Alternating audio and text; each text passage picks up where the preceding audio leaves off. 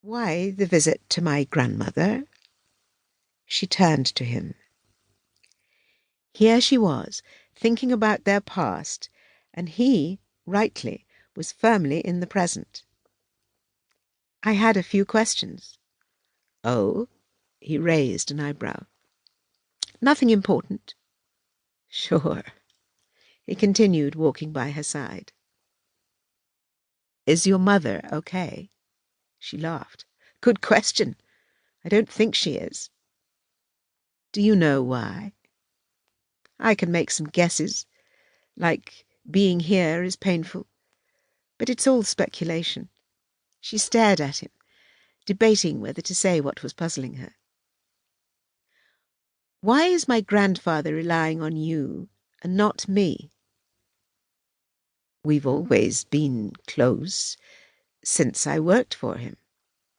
She remained silent. "Well, he's been like a father." Lottie winced.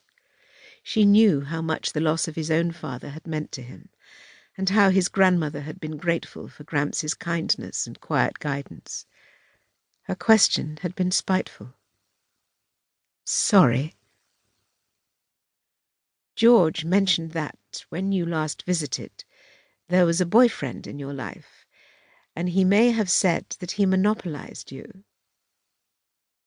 He took a step away. "Did he?" Alex nodded. "So where is the boyfriend?" "As I mentioned, he isn't my boyfriend any more." She looked out to sea, suddenly thinking of Thailand. "That will please George." She laughed. If he only knew. She longed to tell someone what an idiot she had been, but silence was best. No need to confirm what people thought of her already. She walked onto the sand and picked up a shell.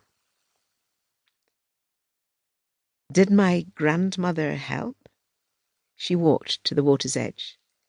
"Yes. She confirmed that Gramps had been here that weekend my grandfather died."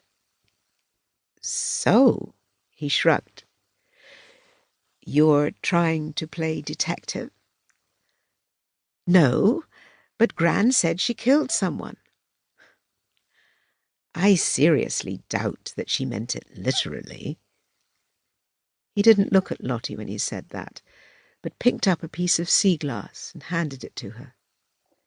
It was vivid green-yellow, like a peridot, but with the pitted finish of the tumbling sea. She rolled it between her thumb and forefingers before holding it up to the sky. "Why do you doubt it?" He laughed. "I told you what I thought earlier." Frowning, she said, "Yes, you did, but people do kill people, all the time." She bent to pick up a mussel shell and placed the glass where the animal would have been, picturing a pendant. "Can't argue with that." He began walking along the water's edge. She followed, studying his footprints in the sand, the angle of the sun casting shadows in the indents. "Look, the more I think about it, I know Gran. She wouldn't say it unless it was true. But why would she say anything at all? Whatever happened, happened a long time ago." Lottie stopped walking. "Forgiveness." "Has she always told you the truth?" He threw a rock into the water. She took a deep breath.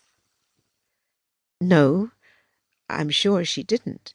And it's clear Gran has lied to Mum about George, and that raises questions." She was certain that the words in the diary were written because her mother was in pain, and kids always think they are somehow at fault, be it divorce, a death, or lack of a father, as in Lottie's own case. Why would she lie when she was dying? Can't answer that. She glanced at her watch and turned towards the house. This wasn't important now. She wanted